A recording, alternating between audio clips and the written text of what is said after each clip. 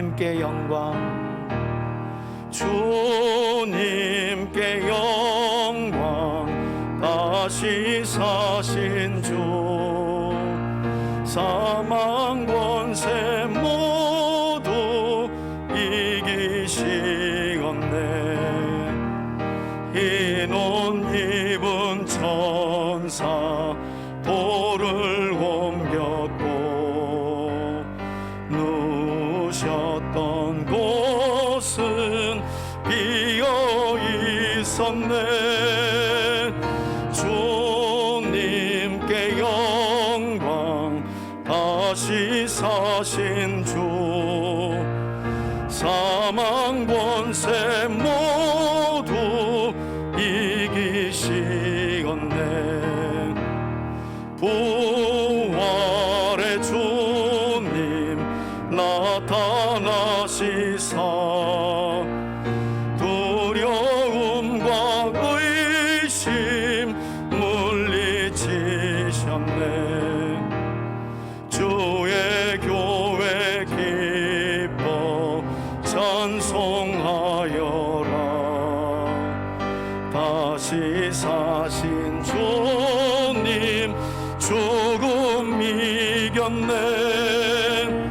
주님께 영광, 다시 사신 주, 사망 권세 모두 이기시었네. 생명의 임금, 영광의 주님, 주님 없는 삶은 헛될 뿐이라. 주의 사랑으로 세상 이기고,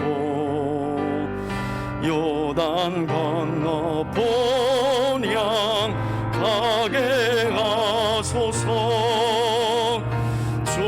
주님께 영광, 다시 사신 주,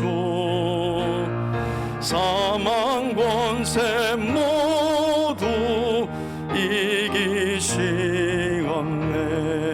예, 오늘 우리에게 주시는 하나님의 말씀은 마태복음 28장 16절로 20절까지의 말씀입니다. 함께 합독하겠습니다.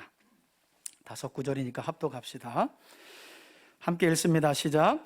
11 제자가 갈릴리에 가서 예수께서 지시하신 산에 이르러 예수를 배웁고 경배하나 아직도 의심하는 사람이 있더라. 예수께서 나와 말씀하여 이르시되 하늘과 땅의 모든 권세를 내게 주셨으니 그러므로 너희는 가서 모든 민족을 제자로 삼아 아버지와 아들과 성령의 이름으로 세례를 베풀고 내가 너희에게 분부한 모든 것을 가르쳐 지키게 하라. 볼지어다 내가 세상 끝날까지 너희와 항상 함께 있으리라 하시니라. 아멘. 아멘. 예, 할렐루야. 우리 말씀 제목 다 같이 한번 읽어볼까요? 함께 읽습니다. 시작. 제자도와 임마누엘을 위한 부활. 예, 오늘은 마태복음 마지막 단락인 28장 16절로 20절까지의 말씀을 통해서 제자의 삶을 위해 그리고 임마누엘을 위해 부활하신 예수님이라는 제목을 가지고 여러분과 함께 말씀을 나누려고 합니다. 아직 제가 목소리가 회복이 잘 안 되더라고요. 보름이나 한 20일 지나야 된다고 목은 그래야 낫는다네요. 그래서 약간 좀 걸걸하더라도 이해하시기 바랍니다. 오늘도 예배 시간 선포되는 하나님의 말씀을 통해 우리 3대 가족들 모두가 부활절을 맞아서 부활이요 영생의 소망이 되시는 예수 그리스도를 다시 한번 바르게 듣고 배워가면서 무엇보다도 믿음 안에 부활을 확신하는 그런 저와 여러분들이 되시길 주의 이름으로 축원해 드립니다. 여러분, 오늘 우리가 함께 살펴볼 말씀은 마태복음 28장 16절에서 20절까지의 말씀이고요. 이 말씀은 기독교 2000년 역사 안에서 아주 중요한 말씀으로 교회 안에서 성도들에게 가르쳐져 온 그런 말씀입니다. 이 마지막 단락의 말씀의 제목도 있습니다.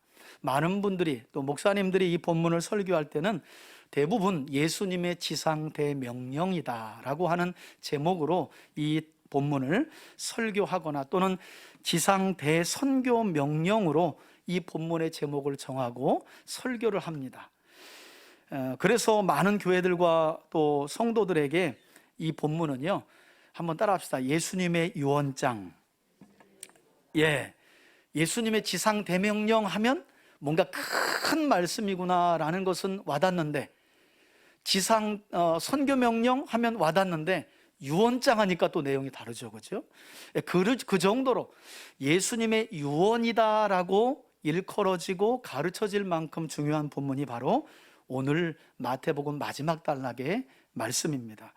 흥미로운 사실은 이처럼 마태복음의 결론과도 같은 본문, 그리고 예수님의 유언이라고 일컬어지는, 예수님의 유언에 해당하는 이 부활 사건에 관한 오늘 이 중요한 말씀의 증언을 성경은 놀랍게도 또 아이러니하게도 그 부활의 증인들로 여자들을 세웠다고 성경은 말씀한다는 거예요. 여인들이 부활의 첫 증인이에요. 그러니까 여러분, 지상에서 부활하신 예수님의 부활을 처음 경험한 사람은 흥미롭게도 여인들이었다는 거예요. 아니, 목사님, 뭘 예수님의 부활을 경험한 것이 여인인 것이 뭘 그렇게 중요합니까? 여러분, 지금은 보통 그렇게 우리가 생각할 수 있는데요, 지금으로부터 2000년 당시, 특히나 예수님께서 탄생하실 이스라엘 사회에서 여인들의 인권이라는 것은 존중받지 못했습니다. 여인들은 물건의 하나로 취급받기 쉬웠어요. 인권이라는 건 그런 점에서 없었습니다. 더욱이나 여인들은 법정에서 정식 증인으로 채택을 받지도 못했어요. 그러니까 여자들이 뭘 봤다고 법정에서 아무리 증언을 해도 판사는 절대 여인들의 증언은 정식 증언으로 채택을 하지 않아요. 그러면 이제 우리가 생각해 볼 만한 부분이잖아요. 왜 예수님은 예수님의 부활을, 제자들도 있고 수많은 남자들도 있는데 여자들을 증인으로 세웠는가? 그것도 그 당시에 여인들의 증언은 법정에서 정식 증언으로 채택도 안 되는 그런 상황이었는데, 그래서 일부 학자들이 그런 말을 하는 거죠. 기독교는 역설적인 진리가 담겨 있다는 거예요. 여러분, 진리는요, 여인이 아니라 아이들이 전해도 진리 이미 반드시 드러나는 줄 믿습니다. 그게 진리예요. 그래서 주님은 놀랍게도 법정에서 그 정식 증인으로, 증언으로 채택되지 않는 여인들을 부활의 첫 증인으로, 그래서 오늘 앞선 단락을 보면요, 부활의 첫 증인들이 막달라 마리아를 비롯한 전부 다 여인이었던 것을 볼 수 있어요.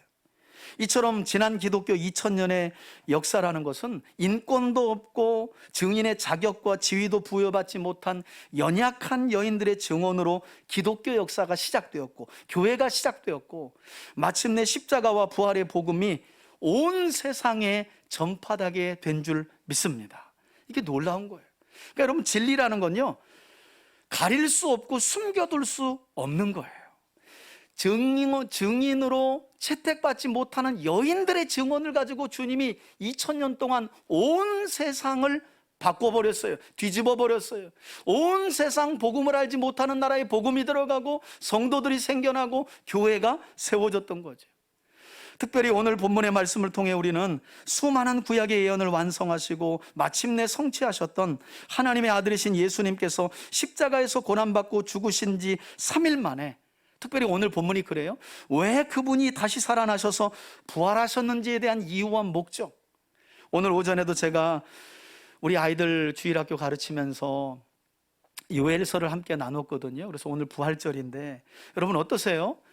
절기를 맞이하는 여러분들의 마음은 좀 어떠세요? 특별히 여러 절기들 중에 부활절을 맞이하는 여러분들의 마음은 좀 어떠세요? 그냥 오늘 뭐 잔치 있나 보다 하는 마음이세요? 아니면 부활의 소망으로 다시 한번 마음이 뜨거워지시나요? 어떠신가요? 저는 이 시간 단순히 그냥 예수님의 부활에 관한 말씀을 당연히 부활절마다 목사님이 전하시겠구나, 여러분들이 이런 생각을 좀 내려놓고 나에게 있어서 부활의 의미는 무엇인가를 한번 곰곰이 되짚어보는, 여러분 그러기 위해서는 예수님이 왜 부활하셨는지에 대한 이유와 목적부터 알아야 돼요. 자, 봐라. 내가 죄와 사망의 권세를 십자가에서 다 해결하고 다시 살아남으로 해결했다? 여기서 주님의 부활의 이유와 목적이 끝날까요? 아니에요. 그러니 마지막까지 설교를 한번 잘 들어보세요. 단순히 그냥 죄와 사망의 권세를 다 해결했다 하는 식의 부활이 아니었어요. 예수님의 부활은 또 다른 의미가 담겨져 있었어요. 그 내용이 오늘 본문 안에 담겨져 있다는 거예요. 오늘 본문만 봐서는 주님의 부활의 이유와 목적을 잘 알 수 없어서요, 제가 구약을 아주 짧게 요약하고 또 마태복음 전체를 요약해가면서 오늘 설교를 진행할 거예요. 여러분, 신약 성경의 첫 번째 책인 마태복음을 열면, 신약 성경을 처음 열면 복음서 4권 중에 마태복음이 처음 나오잖아요. 예수님께서 이 땅에 초림하실 때 구약은 오실 예수님에 대한 예언으로 가득 차 있죠. 메시아가 오시면 죄에서 백성들을 구원하시고 그들에게 하나님의 함께 하심을 보여주실 것이다. 이게 구약의 예언이죠. 그 예언대로 예수님이 이 땅에 오시는데, 예수님이 처음 오시기 전에 천사들이 미리 어떤 예언을 한 일이 있느냐, 이게 예수님이 초림하신 이유와 아주 상관이 있거든요. 우리 앞에 보시고 함께 한번 말씀을 읽어볼까요? 마태복음 1장 23절입니다 함께 읽습니다. 시작. 보라, 처녀가 잉태하여 아들을 낳을 것이요. 이건 마리아를 이야기하는 겁니다. 예수님의 육신의 어머니. 계속 읽습니다. 시작. 그의 이름은 임마누엘이라 하리라 하셨으니, 이를 번역하면 무슨 뜻이 있다고요? 하나님이 우리와 함께 계시다 함이라. 아멘. 여러분, 이처럼 예수님은 자기 백성들을 그들의 죄에서 구원하실 구세주로 오셨다 뿐만 아니라 이 땅에 우리와 함께 하시는 하나님이라는 이름, 그 이름이 뭐라고요? 임마누엘로 오셨다고 성경은 말씀해요. 이게 초림하신 예수님이 이 땅에 오신 이유와 목적이라는 거예요. 예수님이 이 땅에 왜 오셨다고요? 자기 백성을 죄에서 구원하시기 위해서 구세주로 오셨고, 함께 하시는 하나님을 보여주시기 위해서 이 땅에 오신 분이 누구다? 예수님이라는 거예요. 자, 그렇다면 예수님은 왜 우리와 함께 하시는 하나님으로 오실 수밖에 없었는가? 우리가 이 부분을 봐야 되겠죠? 아니, 여러 이름이 있는데 왜 예수님은 자기 별명을, 내 이름은 예수라는 이름이 구원자라는 뜻이에요. 예수라는 이름으로 와서 자신의 별명을 임마누엘이라고 스스로 가르치셨는가? 함께 하시는 하나님으로 자신의 별명을 소개한 이유가 무엇인가? 한마디로 말씀드리면, 마가복음 말미에도 있고 마태복음 말미에도 있는데, 왜 예수님이 함께 하시는 임마누엘의 하나님이란 이름으로 초림하셨는가? 그 이유는요, 옛 언약 백성인 이스라엘 백성들 모두가 복음서 말미에 기록된 말씀처럼 하나님의 능력도 성경도 알지 못한 거로 오해하였기 때문이에요. 오해 때문에 그래요. 하나님이 누구신지 그들이 알지 못했고 성경도 알지 못했기 때문에 예수님께서 하나님을 보여주시려고 구세주로 내가 왔다, 내 이름과 내 또 다른 별명은 임마누엘이다 라는 이름으로 오셨다는 거예요.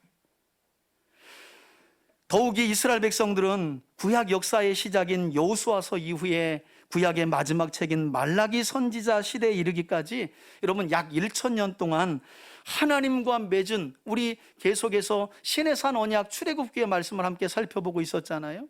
구원받은 백성이 구원받은 백성답게 세상에서 거룩한 삶을 살아가도록 하나님이 주신 하나님의 말씀을 이스라엘 백성들은 전부 다 내던져 버렸어요. 하나님의 말씀만 버린 게 아니라 하나님도 버렸어요. 그래서 그들은 대략 1000년 동안 하나님께 혼났죠. 그게 구약의 역사예요. 그래서 성경을 열어보면 특별히 우리가 선지서를 읽기가 어려운 거죠. 읽기가 어려운 게 아니라 너무나 책망이 많기 때문에 읽으면 부담이 되는 거예요. 그래서 그렇게 많은 선지자들이 이스라엘을 다녀간 거죠. 하나님을 버리고 하나님의 말씀을 버려 우상을 쫓아가며 온갖 죄악으로 인해 하나님께로부터 이스라엘은 1000년 동안 징계를 받았기 때문에, 징계로 끝났나요? 하나님은 하나님이 세우신 성전을 떠나셨어요. 이스라엘 백성들을 떠나셨어요. 그 내용이 어디에 나오느냐? 에스겔서에 나옵니다. 하나님의 영광이 하나님의 성전과 이스라엘을 떠나가는 내용이 에스겔서에 나와요. 이스라엘의 죄악 때문에 하나님이 떠나시겠다는 거예요. 충격적인 건 하나님이 떠나시겠다고 말씀하시고 이제 우리가 말씀을 통해 살펴보는 것처럼 떠나시는 중에도 예레미야 선지자를 보니까 사람들은 성전에 모여서 찬양 집회를 하고 있어요. 하나님이 없는데 하나님이 여기 계시지, 하나님이 교회 안에 갇혀 계실 거야, 그분은 우리를 구원하실 거야, 자기들이 만들어 놓은 하나님을 찬양하며 섬기고 있었다는 거예요. 여러분, 하나님이 떠나가시는 장면 한번 보실래요? 이스라엘의 죄악으로 인해 말씀을 따라 살지 않는 그 백성으로 인해 하나님이 도무지 참지 못해서 떠나가시는 장면이 에스겔서 10장 18절에서 19절에 나와요. 우리 앞에 보시고 한번 읽어보겠습니다. 구약의 이스라엘의 죄악으로 인해 하나님이 자기 영광을 거두시고 떠나시는 장면이에요. 함께 읽습니다. 시작. 여호와의 영광이 성전 문지방을 어떻게 떠나서 지금 떠나고 계신 거예요. 계속 읽습니다. 그룹들 위에 머무르니, 19절입니다. 그룹들이 날개를 들고 내 눈앞에 땅에서 올라가는데 그들이 나갈 때에 바퀴도 그 곁에서 함께 하더라. 그들이 여호와의 전으로 들어가는 동문에 머물고, 지금 성전 문지방을 넘어서 성전의 동문 앞까지 하나님이 나가시는 거예요. 그리고요, 이스라엘의 하나님의 영광이 그 위에 덮였더라. 여러분, 이와 같이 이스라엘 백성들의 죄악을 더는 두고 보실 수 없었던 하나님은 당신의 영광을 이스라엘에게 거두시면서, 나 이제 성전 문지방 넘었다, 나 이제 성전의 동쪽 문 넘어간다, 더 나아가서는 이제 성전 동쪽 산에 하나님이 머물고 계십니다. 그리고 더 나아가서는 나 이제 바벨론으로 내 말에 순종하여 포로로 끌려가는 자들과 함께 할 것이다 라고 그 영광을 거두셨어요. 그런데 조금 전 제가 말씀드린 것처럼 이스라엘 백성들은 예레미야서에 보니까 이미 강도의 소굴이 된 그 성전 안에서 하나님의 구원을 찬양하고 있었다니까요. 완전한 동상이몽이죠. 여러분, 그래서 하나님 모르고 믿으면요, 하나님 모르고 믿으면 교회 나오고 망하는 게 성도들의 삶이라니까요. 하나님 모르고 믿으면 하나님 때문에 망하는 사람들이 성도예요. 그래서 하나님 바르게 알아야 되는 겁니다. 이스라엘의 역사는 그 교훈을 우리에게 너무나 깊이 가르쳐주고 있어요. 하나님의 영광이 떠나가는데, 하나님의 영광이 이스라엘을 떠나가는데도 그들은 찬양하고 있고, 자기들이 만들어온 하나님이니까, 성경이 말씀하는 하나님이 아니라 내가 믿고 싶은 하나님을 만들어놨으니까 그런 어처구니 없는 일이 벌어지게 된 거예요. 그래서 결국 하나님이 떠나가셨죠. 하나님이 떠나가신 뒤에 이스라엘의 역사는 어떻게 됩니까? 결국 북이스라엘은 아수르에 망하고요, 유다는 바벨론이라는 제국에 짓밟혀요. 혹독하게 망합니다. 하나님의 성전까지 불태워버려요. 하나님이 떠난 이후에 이스라엘은 그렇게 멸망을 하게 돼요. 그러니 그때로부터 이스라엘은요, 일종의 피해망상, 하나님이 우리를 버렸다, 아니 바벨론에 의해서 하나님의 성전이 불타고 무너지는 것을 보고 여호와는 어디 있는 거냐, 우리가 이거 혹시 헛개비신 믿은 거 아니냐, 하나님은 선지자를 통해 내가 떠나는 이유, 지금이라도 너희가 돌이켜 하나님의 말씀을 따라 살면 내가 떠나지 않을게 누누이 얘기했지만 듣지 않았던 것을 기억하지 않았어요. 하나님이 이스라엘을 멸망시킨 이후에 성전을 불태우고 나서야 그들은 정신을 차리긴 차렸는데, 어떻게 차리냐면 하나님이 원망스러운 거예요. 우리를 버렸구나, 하나님이 우리를 떠났구나. 그래서 일종의 피해망상을 가지고 삽니다. 여러분, 하나님께서 에스겔 선지자에게요, 심판에 관한 말씀만 전한 게 아니에요. 에스겔서 후반을 보면 난해구절이라고 하는 대목이 나오는데 엄청난 회복을 하나님이 사실 약속하셨어요. 하나님이 성전 문지방을 나와서 성전 동쪽 문과 성전 맞은편에 있는 산에 머물며 나 이제 간다 라고 하시는 말씀만 한 것이 아니라, 때가 되어 너희들이 회개하고 돌이키면 내가 다시 돌아와 너희와 함께 할 것에 대한 내용도 이야기를 해주셨다는 거예요. 그 내용을 한번 좀 우리 읽어볼까요? 자, 우리 에스겔서 43장 1절에서 5절입니다. 함께 읽겠습니다. 천천히 읽어봅시다. 회복에 관한 말씀도 동시에 주신 거예요. 함께 읽습니다. 시작. 그 후에 그가 나를 데리고 문에 이르니 곧 동쪽 문을 향한 문이라. 이스라엘의 하나님의 영광이 동쪽에서부터 오는데 하나님의 음성이 많은 물소리 같고 땅은 그 영광으로 말미암아 빛나니 그 모양이 내가 본 환상 곧 전에 성읍을 멸하러 올 때에 보던 환상과 같고 그발 강가에서 보던 환상과도 같기로 내가 곧 얼굴을 땅에 대고 엎드렸더니 하나님의 임재를 에스겔이 보고 땅에 엎드린 거예요. 4절 5절 읽습니다. 여호와의 영광이 다시 동문을 통하여 어디로 들어가고 성전으로 들어가고, 할렐루야. 5절입니다. 영이 나를 들어 데리고 안뜰에 들어가시기로 내가 보니, 여러분 에스겔이 회복될 하나님의 성전을 미리 보니까 무엇으로 이제 다시 충만했대요? 예, 한번 읽습니다. 시작. 여호와의 영광이 성전에 어떻게 가득하더라. 심판에 관한 말씀, 내가 내 영광을 거두고 너희를 떠나겠다는 말씀만 준 게 아니라 그때에 동시에 놀라운 회복에 관한 말씀도 함께 주셨다는 거예요. 때가 되면, 이때는 바벨론 70년 포로 생활을 말하죠. 내가 돌아올 거예요. 여러분 에스겔서를 보세요. 바벨론 포로로 끌려간 이스라엘 백성들이 자기들이 가슴을 치면서 회개하지 않습니다. 죄인은 그런 거예요. 여러분 우리가 양심이 깨끗해서 회개하고 돌이키는 것 아닌 줄 믿습니다. 여러분 에스겔을 보면 하나님께서 돌같이 굳은 마음을 가진 그 백성들의 마음에 하나님의 영을 부어주심으로 그 마음을 부드럽게 하여 회개하여 돌이키시겠다고 약속하세요. 이스라엘의 회복은 하나님의 영에 부어지고, 그래서 그들의 돌같은 마음이 깨어지고 자신들의 잘못과 죄를 깨닫고 하나님께로 돌아오면서 일어나게 된 줄 믿습니다. 하나님이 회복시켜 주신 거예요. 문제는 바벨론 70년의 포로 생활 이후에 이스라엘 백성들은 하나님의 약속대로 진짜 70년 만에 돌아옵니다. 세 차례에 걸쳐서 돌아오게 되는데, 돌아와서 그들이 마주하게 된 상황이 녹록지가 않아요. 다 무너지고 폐허가 되고 거지 같은 사람들만 고향 땅에 머물고 있었거든요. 그 땅에 돌아와서 뭘 하려니까 먹을 거 없지, 경제 생활도 불가능하지, 하나님께서 성전은 다시 건축하라고 하지, 너무너무 어려운 거예요. 주변의 민족들은 계속 호시탐탐 공격할 생각을 하지. 그러다 보니까 그들은 어려운 환경, 핍절한 환경 때문에 또 어떤 생각을 하냐면, 여전히 하나님께서 우리를 돌아가게는 하셨지만 우리와 함께 하시지는 않는구나. 하나님은 여전히 우리를 버렸어. 성전을 지으라고 돌아가기는 하셨지만 하나님 안 계신 것 같아. 주변 환경을 보니까 안 계신 것 같아. 하나님이 계시다면 이런 상황을 우리가 맞이할 수 있을까 하고 또다시 그들과 함께 하시는 하나님을 기억하지 못해요. 인식하지 못해요.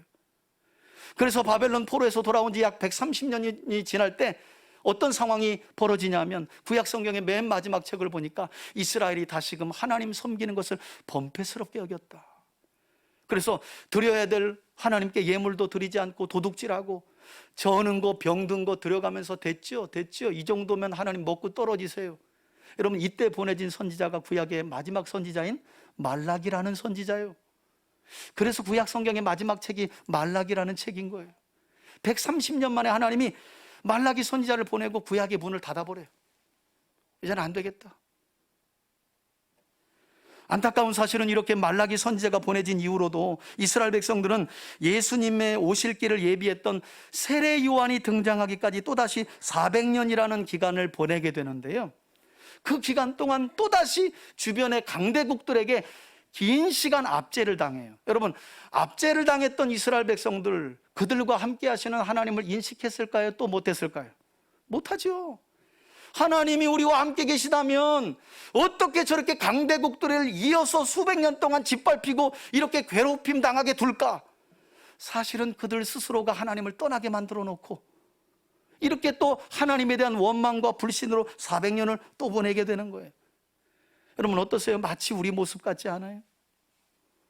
그리스도의 십자가 사랑으로 구원받고 하나님 뜻대로 하나님 소원 이루어드리겠습니다 하고 시작된 우리의 신앙생활, 시간이 지나면서 어때요? 하나님 소원 쫓아가시나요? 하나님이 뭘 기뻐하시는지를 항상 생각하면서 먹고 입고 마시며 사시나요? 아니죠.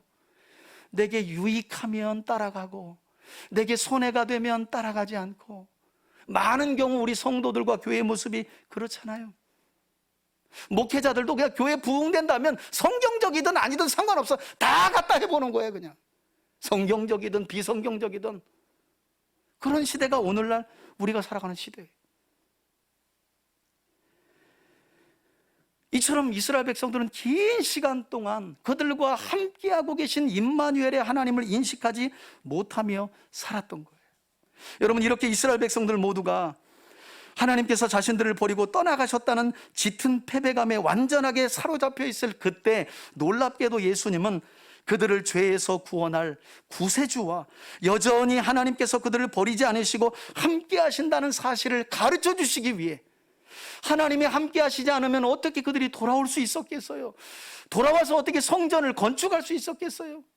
하나님이 떠나가셨다면 말라기 이후에 세례 요한은 보내지지 않았을 거예요. 세례 요한이 오실 메시아의 길을 예비하고 마침내 예수님께서 오신 모든 과정 안에 하나님은 자기 백성과 함께 하셨어요. 문제는 이스라엘이, 범죄한 이스라엘이 함께 하시는 하나님을 인식하지 못했다는 거예요. 언제나 하나님 우리를 버렸어, 우리를 떠나갔어, 그러니 환경이 어렵고 늘 이렇게 고난당하는 거야. 바로 그때 예수님이 아니다, 나는 내 백성의 죄에서 그 백성을 구원할 구세주로 왔다. 무엇보다도 너희들은 믿지 못하지만 너희와 이제까지 함께 하셨던 하나님이 누구이신지를 보여주시기 위해 내가 왔다. 그래서 예수님이 자신의 이름을 뭐라고 밝혔다고요? 임마누엘로 밝힌 거예요. 하나님이 떠나간 게 아니고 하나님이 너희를 버린 게 아니라 너희와 계속해서 함께 했다. 지금도 함께 할 것이고 앞으로도 영원히 함께 하시려고 왔다. 그걸 보여주시기 위해 예수님은 자신의 이름을 임마누엘로 소개했다는 거예요. 이렇게 오신 예수님은 복음서에 보니까 3년 동안 어떤 일을 하셨느냐. 여러분, 예수님의 공생의 기간 하면 대략 30살에서 33살까지라 그러잖아요, 그죠? 이 공생의 기간 동안 예수님이 어떤 일을 하셨느냐. 여러분, 우리 예수님의 공생의 사역이 시작될 때쯤에 기록된 말씀을 한번 읽어볼까요? 구세주로 오셔서 함께 하시는 하나님의 이름으로 오신 예수님은 어떤 일을 하셨는가? 우리 마태복음 4장 23절로 23절 우리 읽겠습니다. 먼저 앞에 보시고 함께 읽습니다. 시작. 예수께서 온 갈릴리에 두루 다니사 그들의 회당에서 가르치시니 천국 복음을 전파하시며 백성 중에 모든 병과 모든 약한 것을 어떻게 고치셨다. 구세주로서의 사역을 하신 거예요.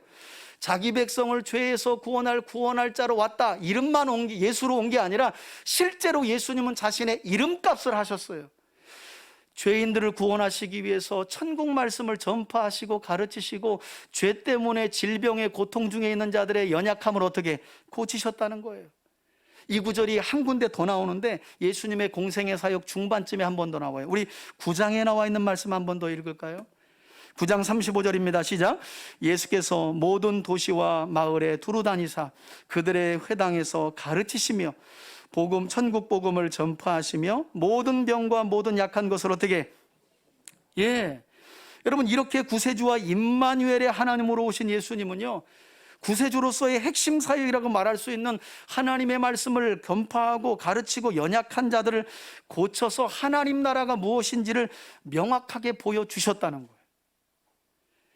그리고 이렇게 복음을 가르치고 전파하며 연약한 것들을 고쳐 하나님 나라를 이스라엘 백성들로 하여금 하나님은 우리를 버렸어, 떠났어, 죄에서 누구도 우리를 구원할 자가 없어 라고 이 패배감에 빠져있는 이스라엘 백성들에게 예수님은 오셔서 하나님 나라를 보여주시고 구세주로서의 사역을 하셨을 뿐만 아니라 당신의 사역을 이제 위임할 제자들을 부르시고 이렇게 말씀하세요.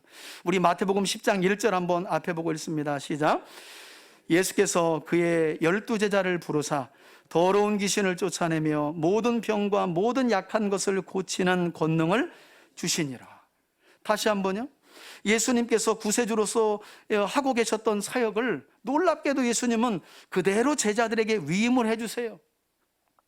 이와 같이 제자들에게 하나님 나라의 복음 전파 사명을 말씀하시고 난 뒤에도 예수님은요, 마태복음 11장 1절에 보니까 제자들에게 자신이 하신 구세주로서의 사역을 위임한 뒤에 또 다른 동네로 가셔서 가르치시고 여전히 전도하셨다라고 성경은 또 이야기해요. 그러니까 여러분, 예수님은 이 땅에 오셔서 다른 것 한 게 아니에요.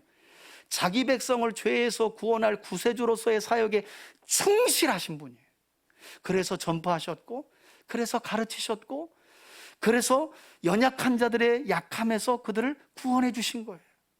함께 하시는 하나님으로. 그리고 공생의 사역의 3년의 후반부로 들어서시면서 예수님은 3번에 걸쳐서 제자들에게 이런 말씀을 하셨어요. 우리 그 단락을 한번 읽겠습니다. 마태복음 16장 21절 함께 읽습니다. 시작. 이때로부터 예수 그리스도께서 자기가 예루살렘에 올라가 장로들과 대제사장들과 서기관들에게 많은 고난을 받고 죽임을 당하고 제3일에 어떻게 하신다고요? 살아날 것을 제자들에게 비로소 나타내시니. 자, 한 번만 얘기한 게 아니라 두 번째 똑같은 말을 하세요. 마태복음 17장 22절로 23절입니다. 앞에 보고 함께 읽습니다. 시작. 갈릴리에 모일 때에 예수께서 제자들에게 이르시되 인자가 장차 사람들의 손에 넘겨져 죽임을 당하고 제3일에 어떻게 해요? 예, 살아나리라 하시니 제자들이 매우 근심하더라. 왜? 주님이 죽고 다시 살아난다는 부활을 제자들은 믿지를 못했어요. 아니 지금 배고 부모고 싹 다 버리고 당신을 추종하며 따르고 있는데, 우리가 생각하는 예수는 로마로부터 이스라엘을 독립시켜서 왕의 자리에 앉으시고 당신을 따라 헌신했던 제자들을 좌편 우편에 앉히실 것을 따라 그걸 보고 가고 있는데 뭐 죽고 다시 살아나? 그러니까 마음에 근심했다는 거예요. 여러분, 2번뿐만 아니라 예수님은 놀랍게도 이 말씀을 한 번 더, 고난받고 다시 살아나는 이 부활에 관한 말씀을 3번째 얘기하시는데 그 내용이 20장 18절과 19절에 나옵니다. 앞에 보시고 마지막 3번째 강조하셨던 순환과 부활에 관한 말씀을 함께 읽습니다. 시작. 보라, 우리가 예루살렘으로 올라가노니 인자가 대제사장들과 서기관들에게 넘겨짐에 그들이 죽이기로 결의하고 이방인들에게 넘겨주어 그를 조롱하며 채찍질하며 십자가에 못 박게 할 것이나 제3일에 어떻게 해요? 한번 따라 합시다. 살아나리라. 아멘. 여러분, 이렇게 예수님은 공생의 사역의 후반기로 접어들어 사역의 전환점을 맞이하면서도 줄곧 예수님 자신이 십자가에서 당하실 순환과 부활에 대해서 제자들에게 3번이나 반복하여 교육하셨다는 거예요. 그리고 나서 예수님은 이와 같이 내가 십자가에서 순환당하고 다시 부활함을 통해 하나님이 말씀하신 모든 약속을 이룰 것이다 라는 말씀도 더불어 하십니다. 문제는 이러한 예수님의 공생의 사역을 가장 가까이에서 근거리에서 목격하고 3년 동안 함께 동고동락했던 제자들의 마음이 주님이 십자가 지시기 전 한 주 전까지 어떤 상황이었냐면, 누가 더 높은 자리에 올라갈까? 심지어 세베대의 아들 야고보와 요한은 어머니의 치맛바람을 일으켜서 아마도 물질적으로 예수님 일행을 섬기는 데 헌신했던 것 같아요. 그러니까 어머니가 가서 좀 얘기 좀 해주세요. 이제 예수님 예루살렘에 올라가시면 십자가에서 죽으시는 건 상상도 할 수 없고 로마 군인들을 싹 다 때려잡고 이스라엘을 독립하게 될 텐데 그때 저하고 형이 한 자리씩 해야 될 거 아니에요. 세베대의 어머니가 또 예수님을 찾아가네요. 우리 아들 둘 좀 잘 부탁한다고. 예수님이 왕좌에 앉으시면 우리 아들 하나는 좌편에 하나는 우편에. 이때 예수님이 뭐라 그래요? 너 내가 지금 예루살렘으로 올라가는 길이 어떤 길인지 잘 모르고 있구나. 그 길이 어떤 길인 줄 아면 네가 그 얘기를 안 할 텐데. 여러분, 제자들의 상황이 이랬다니까요. 서로가 어떻게 하면 더 높아질까? 어떻게 하면, 그 마음 때문에 예수님의 십자가 현장에서 그들은 어떻게 해요? 나 몰라라 하고 전부 다 나 물고기 잡으러 가노라 하고 3년간의 공생의 모든 목격과 증언을 뒤로 한 채 그냥 고향으로 돌아가 버립니다. 여러분, 놀라운 건 그렇게 주님의 십자가 현장에서 주님을 배신하고 등지고 돌아간 이 제자들에게 주님이 부활하신 이후에, 주님이 부활하셨다는 소식을 제자들이 듣고 그럴 줄 알았으면 믿었을 거라고 찾아간 게 아니라 여전히 물고기 잡고 있었던 그들에게 주님이 부활하셔서 찾아가신 줄 믿습니다. 여러분, 이게 하나님의 사랑이에요. 우리가 손 놓는다고 하나님이 우리 손 놓지 않는 줄 믿습니다. 하나님의 사랑이 이렇게 질긴 거예요. 이렇게 크신 거예요. 우리가 사랑하는 만큼만 하나님이 사랑하는 게 아니에요. 우리가 이를 사랑해도 하나님은 언제나 전부로 사랑하시는 분이에요. 믿으십니까? 아들을 준 걸 보면 알잖아요. 우린 많은 경우 기분 좋으면 잘 섬겼다, 조금 삐지면 덜 섬겨. 이게 우리 연약함이지 뭐. 여러분, 우리가 잘 섬길 때 주님도 잘해주시고 우리가 삐치면 주님도 덜 해주셔봐. 우리 인생 못 삽니다. 중요한 건 하나님이 한결같은 사랑으로 베풀어 주시기에, 할렐루야. 그것 때문에 제자들도 살고 우리도 살고 있는 거예요. 여러분, 이렇게 예수님을 배신하고 도망쳤던 제자들을 찾아가서 주님이 오늘 본문을 일깨워주고 계시다니까요. 짧은 시간 말씀드렸지만 구약에서부터 쭉 하나님은 우리를 버리셨어, 우리를 떠나신 분이야. 함께 하시는 하나님을 눈앞에 두고도 그래서 함께 하시는 하나님이 어떤 분이신지를 죽은 자를 살려주는 것을 통해서도 다 봤는데도 에이 하고 십자가를 등지고 떠나버린 그 제자들, 주님이 부활하셔서 또 찾아가시고 오늘 이 말씀을 하신다니까요. 오늘 본문을 보시겠어요? 마태복음 28장 16절입니다. 11제자가 갈릴리로 가서 예수께서 지시하신 산에, 학자들은 이것이 감난산이다 또는 변화산이다, 뭐 어떤 산인지는 정확지 않아요. 하여튼 주님이 명하신 그 산에 도달한 거예요. 그때 17절 보세요. 이때 부활하신 예수를 배웁고 경배하나 깜짝 놀랐겠죠. 진짜 주님이 어렴풋이 예루살렘 올라가기 전에 3번이나 내가 올라가면 유대 지도자들에게 붙들려서 순환당하지만 나 반드시 살아나리라 살아나리라 살아나리라 했던 그 말씀이 사실이었구나, 놀란 거예요. 그리고 부활하신 예수님 앞에 경배합니다. 그런데 문제는 뭐예요? 아직도 의심하는 자가 있었다는 거예요. 여러분, 여기 지금 누가 서 있어요? 예수님 앞에 제자들이 서 있는데 그 중에 의심하는 자들이 있었다니까요. 저는 참 감동받은 게, 이거 모르고 부활하신 주님이 찾아가셨을까? 주님이 알고 가신 거예요. 여러분, 구원도 마찬가지지만 부활이라는 것은요, 부활하신 예수님의 육체를 본다고 믿어지는 게 아니에요. 오늘 본문이 그러잖아요. 3년간 예수님을 목격하고 그분이 다시 살아난 것을 봤는데도 의심한다잖아요. 그러므로 부활은 부활하신 예수님을 본다고 믿어지는 게 아니요, 만진다고 믿어지는 게 아니요, 성령께서 믿어지도록 역사해야 믿어지는 것이 부활인 줄 믿습니다. 그러니 저와 여러분들이 감사해야 하지 않아요? 2000년 전 그 현장에서 우린 그분의 음성을 직접 들은 일도 없고 만져본 일도 없고 그리고 만난 일도 없어요. 그냥 말씀을 통해 들었을 뿐이에요. 그런데 주님의 부활이 나의 부활로 믿어지잖아요. 할렐루야. 제자들은 만져보고도 눈앞에 보고도 의심했었는데 우린 그게 믿어지잖아요. 얼마나 감사하냐는 거예요. 여러분, 부활은 그런 거라니까요. 본다고 믿어지는 게 아니에요. 18절 보세요. 이때 부활하신 예수님께서 나와 말씀하여 이르시되 하나님과 땅의 모든 권세를 내게 주셨으니, 이제 마지막 유언을 남기시는 거예요.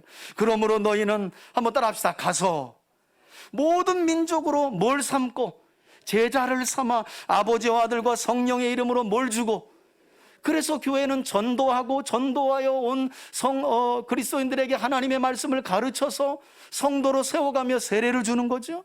20절에 보니까 주님이 이렇게 마지막 말씀을 하고 마치십니다.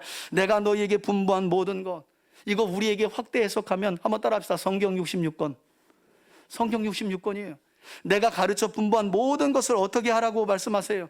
가르쳐 지키게 하라. 여러분, 천국 복음을 전파하시고 가르치시고 세례를 주고 제자를 삼았던 이 일은 예수님이 3년 공생의 기간 전심전력했던 사역이었잖아요. 그리고 이것은 앞서 우리가 살펴봤던 것처럼 예수님이 제자들에게 이미 말씀하신 것이었어요. 너희들이 가서 그와 같이 해라. 성경에는 병치유하고 귀신 쫓은 것만 나오지만 병치유와 귀신 쫓음이 예수의 이름으로 명하노니 떠나가라 한다고 떠나가집니까, 여러분? 그건 주문이요, 주문. 오늘날 기독교가 그렇게 가르치고 있어요. 여러분, 많은 경우 회당에서 귀신이 언제 떠납니까? 주님이 복음을 가르쳐 주실 때, 이사야서를 강론해 주실 때, 예수의 이름 외치지도 않았어요. 하나님의 말씀이 가르쳐질 때 우리 안에 있는 악한 생각들이 이 시간도 떠나가는 거예요. 그 악한 생각을 붙들고 있던 사단의 이런 것들이 다 풀려지고 떠나가는 줄 믿습니다. 그렇게 역사하신 거예요. 그 일을 예수님께서요 제자들에게 이미 말씀하셨다니까요. 중요한 것은 그럼에도 불구하고 주님은 부활하신 이후에 이렇게 또다시 명령하셨다는 거예요. 그리고 무엇보다도 중요한 것은 이처럼 천국 복음을 땅끝까지 가르치고 전파하는 사람들에게 주님은 최종적으로 어떤 약속을 하셨느냐? 마지막 단락을 보세요. 볼지어다. 함께 읽습니다. 시작. 볼지어다. 내가 세상 끝날까지 너희와 항상 함께 있으리라.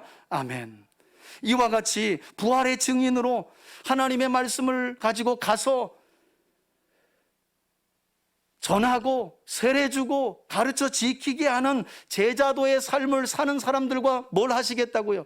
임마누엘 하시겠다는 놀라운 약속을 주셨다는 거예요. 여러분, 예수님의 부활은 단순히 신학적인 이론과 교리가 아닌 줄 믿습니다. 예수님의 부활은 역사적인 사실인 동시에 이 역사적 사실인 부활은 어디까지나 부활의 증인된 성도들의 삶을 통해 증거되고 증명된다는 사실을 우리가 기억해야 돼요. 오늘날 보면 어디 한번 여러분 보세요. 어디 세상 사람들이 전도받아 교회 올 때 나도 당신이 가고 싶어하고 약속받았다 하는 그 천국 나도 가고 싶어요, 나도 죄와 사망의 문제 해결받고 영생을 얻고 싶어요 하고 오는 분들 있나요? 복음도 그렇게 안전하잖아요. 교회 오면 애도 서울대 갈 수 있어, 남편도 출세할 수 있어. 우리 아무개 집사님은 큰 집으로 이사 갔어. 1년이 돼도 이사를 안 가네. 2년이 됐는데 더 어려워져서 전세로 갔어.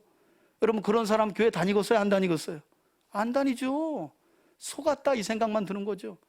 복음의 본질을 이야기를 안 한 거예요. 교회가 복음의 본질을 회복을 안 한 거예요. 가서 가르치고 전하고 제자 삼고 세례 주고 그런 자들과 함께 하시는 하나님이 어떤 분이신지를 삶 속에 누리고 경험하고 그걸 증거해야 되는데 그렇게 안 한 거예요. 저는 부활절이 이걸 회복하는 날이라고 믿습니다. 저와 여러분들 안에 오늘 부활절을 맞이하면서 이 제자도의 삶을, 그래서 언제나 우리와 함께 하시는 임마누엘의 하나님을 저와 여러분들이 누리며 살아갈 수 있기를 주의 이름으로 축원해 드립니다. 여러분, 하나님께서 교회인 저와 여러분들을 예정하셨죠? 택하셨단 말이에요, 세상 사람들 중에. 그리고 하나님의 자녀로 선택하신 것에는 두 가지 이유가 있습니다. 좀 어려운 부분일 수 있는데 신학적으로 하나님의 예정에는 두 가지 이유가 있다 그래요. 첫째는요, 구원을 위한 예정이에요. 맞죠? 하나님이 우리를 왜 택하셨겠어요? 우리를 하나님의 자녀 삼아 구원하시려고, 죄 문제를 해결해 영원한 천국으로 데려가시려고 구원하신 거예요. 근데 문제는 두 번째 사명을 교회가 잊어버렸어요. 여러분, 두 번째는요, 특별한 목적, 꼭 사명을 위해 주님이 우리를 예정하셨다는 사실을 많은 교회가 잊어버린 거예요. 그리고 동시에 이것은 주님께서 부활하신 이유와 목적과도 깊이 연관이 되어 있어요. 다시 말해 예수님의 부활 사건은 하나님께서 우리의 구원을 완성하시기 위한 확정적인 사건인 동시에 구원받은 하나님의 사람들에게 특별한 사명을 주시기 위한 목적이 담겨져 있다는 거예요. 자, 봐라, 내가 십자가에서 죽고 3일 만에 부활했지. 이제 너희의 모든 죄 문제는 끝났어. 이제 너희는 구원받을 수 있어. 이것이 주님의 부활의 최종 목적이 아니란 말이에요. 그것으로부터 시작하여 이제 너희는 새로운 사명이 있다는 사실을 가르쳐 주시기 위해 주님이 부활하신 거예요. 오늘 그 부활을 망각한 제자들에게 또 나타나셔서 하셨던 말씀처럼,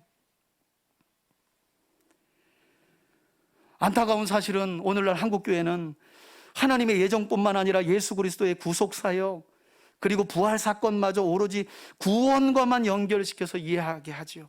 그래서 당신 구원받았다, 그러더니 당신 구원받았다. 그래서 여러분, 아이러니한 건 교회 안에 구원받았다고 하는 사람들은 꽤 있어요. 당신은 오늘 죽어도 천국 갈 수 있습니까? 있어요, 있대요. 근데 그 사람의 삶 속에 제자도의 삶이 안 보여요. 뭔가 이상한 거예요.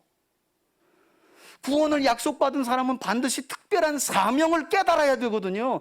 이 구원과 하나님의 자녀로서의 특별한 사명은 별개로 가지 않아요. 함께 부르심이 있는 거예요. 근데 구원만 붙잡고 있는 거예요. 구원만 오직 붙잡고 있으면 구원파라는 이단이 생겨서 성도들을 미혹하겠어요. 구원은 우리의 힘으로 되는 것이 아니요, 우리의 능으로 되는 것이 아니요, 하나님의 전적인 은혜와 사랑으로 우리에게 선물로 주어진 줄 믿습니다. 그러니 이제 구원받은 우리는 하나님의 예정과 선택 안에 있는 또 다른 이유와 목적, 특별한 사명을 회복해야 한다니까요.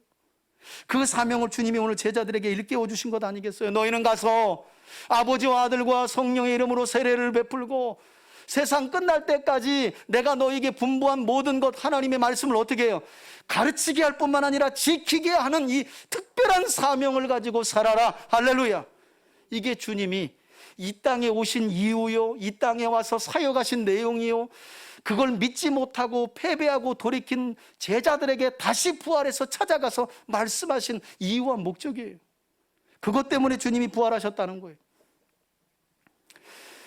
여러분, 우리의 부활은 구원을 목적으로 완성된 게 아닙니다. 특별한 사명, 부르심이 우리 안에 있어요. 그걸 위해 주님이 부활하셨어요. 부활의 증인된 삶을 살아가면서 하나님의 말씀을 가정에서 자녀들에게, 이웃들에게 전하고 가르치고 전파하며 그래서 교회로 모여서 새롭게 그리스도인 된 사람들에게 세례를 주고, 세례받은 사람들은 어떻게 거룩한 삶을 살아가야 되는지 가르쳐 지키게 하는 이 사명, 이 제자도의 사명과 예수님의 부활은 아주 밀접한 연관이 되어 있다는 거예요. 그리고 놀랍게도 예수님은 이렇게 제자도의 삶을, 부활의 증인으로 제자도의 삶을 살아가는 자들과 뭐 하시겠다고 말해요? 한번 따라합시다. 임마누엘. 예, 임마누엘 하시겠다 그러잖아요. 저는 오늘 우리 3대 가족들이 부활절을 맞아서, 그래서 제가 서두에 한 번 더 생각해 보자는 거예요. 도대체 주님이 왜 부활하셨는지. 그냥 죄와 사망의 권세 다 해결했습니다, 이제 당신들 구원받았습니다, 이 사실만 알려주시려고 부활했는가? 아니면 부활을 확신하는 부활의 증인으로 우리를 세우셔서 끊임없이 가게 하시고, 가서 전하게 하시고, 그래서 복음으로 사람을 변화시켜서 세례를 주고 하나님의 말씀을 지켜 살아가며 복되고 거룩한 삶을 살아가도록 우리를 부르셨는가? 우리가 이 특별한 사명을 오늘 이 부활절에 깊이 깨달을 수 있기를 주의 이름으로 축원해 드립니다. 그리고 그 특별한 소명을 따라서 한 주간도 제자도의 삶을 살아가는 여러분들과 하나님은, 우리 예수님은 뭐 하신다고요? 예, 한번 따라합시다. 임마누엘. 예, 임마누엘 하고 계신 줄 믿습니다. 그러니 한 주간도 어떤 문제를 만나도 당황하지 마세요. 연약하고 부족하지만 제자도의 삶을 살아가는 여러분들과 주님은 임마누엘 하십니다. 제발 하나님을 이스라엘처럼 오해하지 마세요. 이스라엘이 하나님의 능력을 알고 하나님을 오해만 하지 않았더라도 우리가 구약 성경을 한 15권 안에서 꺼낼 수 있었는데, 그들이 계속해서 하나님의 능력도 알지 못하고 성경을 오해하는 거로 성경이 이렇게 길어진 거 아니에요. 그런데 그 역사를 우리가 또다시 반복하면 되겠어요? 여러분, 하나님 오해하지 마세요. 예수님이 부활하신 이유는 부활의 증인된 하나님이 구원하신 우리들이 제자도의 삶을 살아가도록 하기 위해서, 그런 그들과 어떻게 하시기 위해서? 임마누엘 하시기 위해서. 한 주간도 이 임마누엘 하시는 예수님과 동행하고, 그래서 하늘과 땅의 권세를 가지신 임마누엘의 예수님의 이름으로 승리하는 저와 여러분들이 되시길 예수님의 이름으로 축원해 드립니다. 아멘.